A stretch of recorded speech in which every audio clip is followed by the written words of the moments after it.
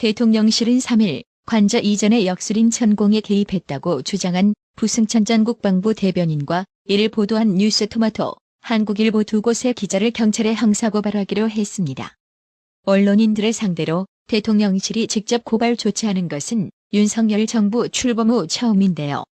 대통령실은 이날 보도자료를 통해 천공이 왔다고 들은 것을 들었다는 식의 떠도는 풍문 수준의 천공 의혹을 책으로 발간한 전직 국방부 직원과 객관적인 추가 사실 확인도 없이 이를 최초 보도한 두 매체 기자들을 형사 고발하기로 결정했다고 밝혔습니다. 대통령실은 악의적, 반복적으로 가짜 뉴스를 만들고 확산하는 행위에 대해서 일관된 기준에 따라 대응하겠다는 방침을 이미 수차례 밝힌 바 있다며 이같이 말했습니다. 잊을만하면 터져나오는 역술인 천공 관저 개입 의혹설.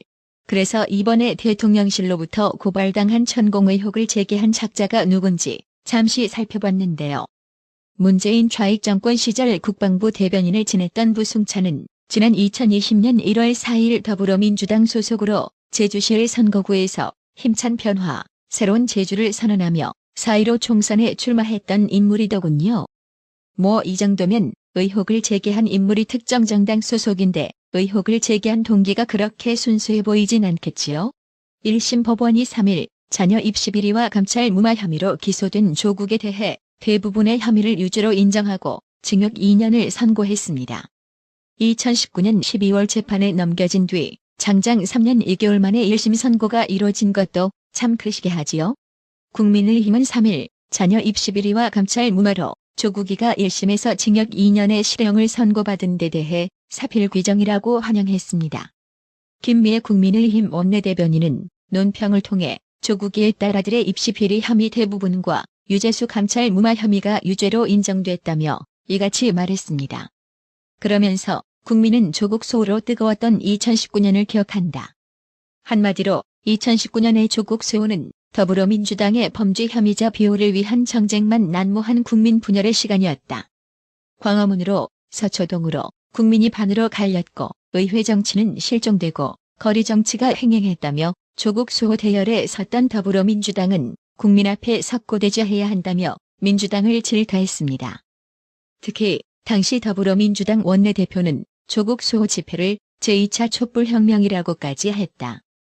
당시 민주당은 조국 일가에 대한 검찰 수사에 대해 먼지털이식 수사, 수사정보 유출, 압수수색 강행, 인권 침해 등 갖은 정치적 압력을 쏟아냈다.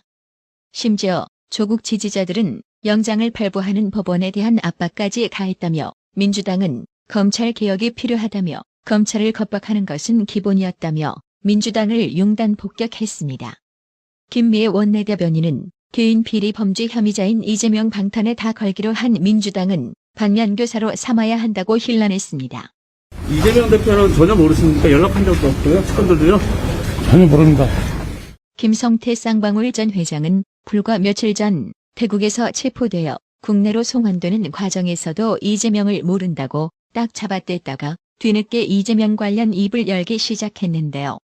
그렇다면 왜일까요? 내가 2년이라면 내이 사입은 거. 도대체 저는 김성태라는 얼굴도 본 일이 없거든요. 김성태 전 회장 역시 유동규 전 본부장처럼 쌍방울과의 인연은 내 하나 사입은 것밖에 없다는 등 얍살맞은 이재명의 세치 혓바닥에 배신감을 느꼈다고 합니다. 김성태 전 회장 측 관계자는 이재명 대표가 의혹을 부인하는 것을 넘어 내일밖에 몰랐다는 식으로 얘기해 감정이 상했다고 전했습니다. 또 유동규 전 본부장이 감옥에서 과거 형제라고 불렀던 사람들에게 배신감을 느낀 뒤 진술을 번복한 것과 크게 다르지 않다고 덧붙였습니다. 이 관계자는 또 검찰이 제시한 자금 거래 내역과 참고인 진술 등의 자료를 본 뒤 김성태 전 회장이 계속해서 범행을 부인하긴 어려웠다고 말했습니다. 문재인 좌익 정권 시절 법무부 장관을 지낸 더불어민주당 박범계 의원이 김건희 여사를 단순 전주하는 것은 맞지 않다며 검찰이 김건희 여사의 도이치모터스와 우리기술 주가 조작 사건에 연루됐는지를 못 밝히는 것 같으니 특검으로 밝혀야 한다고 말했습니다. 박범계 의원은 2일 오전 CBS 라디오 김현정의 뉴스쇼에 출연해 도이치모터스 주가 조작 사건 1심 판결에서 유죄 가능성이 매우 높다며 이같이 말했는데요. 해당 소식에 네티즌들은 자기가 법무부 장관일 때 뭐 하다가 일어나? 라며 박범계 네가 법무부 장관 수장일 땐 왜 몇 년을 수사해도 못 밝혔니? 라고 반문하며 힐난했는데요. 그렇습니다. 박범계 이 양반은 자다가 무슨 봉창 두드리는 소리 하나요? 지난 문재인 좌익 정권에서 법무부 장관 자리에 처앉아 대놓고 장관 이전에 민주당 출신 국회의원이라고 막말 내뱉을 정도로 편향적인 행보를 아주 노골적으로 걸어왔던 박범계 니는 뭐 했나요? 더욱 검찰 인사 학사를 통해 친문검사들을 전면에 배치해놓고 말입니다. 박홍근 더불어민주당 원내대표는 3일 이상민 탄핵소추 및 김건희 특검과 관련 다음 주 6일 당 지도부 회의, 최고위 논의를 거치고 오전 중 의원총회를 열어서 최종적으로 방침을 결정할 예정이라고 밝혔습니다. 박홍근 원내대표는 이날 국회에서 확대 간부회의 후 기자들과 만나 오늘 결정하지는 않는다며 이같이 말했는데요. 앞서 더불어민주당은 2일 이상민 행정안전부 장관 탄핵, 김건희 여사 특검 등을 놓고 의원총회를 열어 2시간 30분에 달하는 격론 끝에 각 사안에 대한 당론 채택을 유보했습니다. 이재명의 수사 국면에서 당 지도부의 강경 노선이 제동이 걸린 셈인데요. 17명의 민주당 의원이 나선 자유토론에선 이상민 장관 탄핵과 김건희 여사 특검을 신중하게 추진해야 한다는 주장이 대거 쏟아졌습니다. 한 의원은 이상민 장관 탄핵안이 총선 직전에 헌법재판소에서 기각되면 그 후 폭풍을 어떻게 감당하려고 하냐? 선거를 망치려고 작정했냐고 주장했다고 합니다. 김건희 여사 특검에 대해서도 자료를 제대로 축적하는 게 필요하다는 의견이 나왔습니다. 한 의원은 오는 10일 권오수 도이치모터스 회장의 1심 판결 뒤 판결문을 토대로 특검을 추진해야 한다고 주장했습니다. 그렇다면 민주당은 당내 반대에도 불구하고 왜 김건희 특검에 목숨을 거는 걸까요?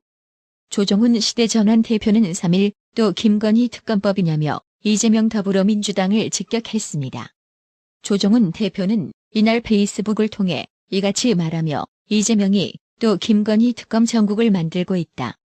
여러 경로로 저 때문에 특검을 추진할 수 없다고 압박을 하고 계셔서 제 입장을 밝히고자 한다며 김건희 특검에 반대하는 이유를 조목조목 밝혔습니다.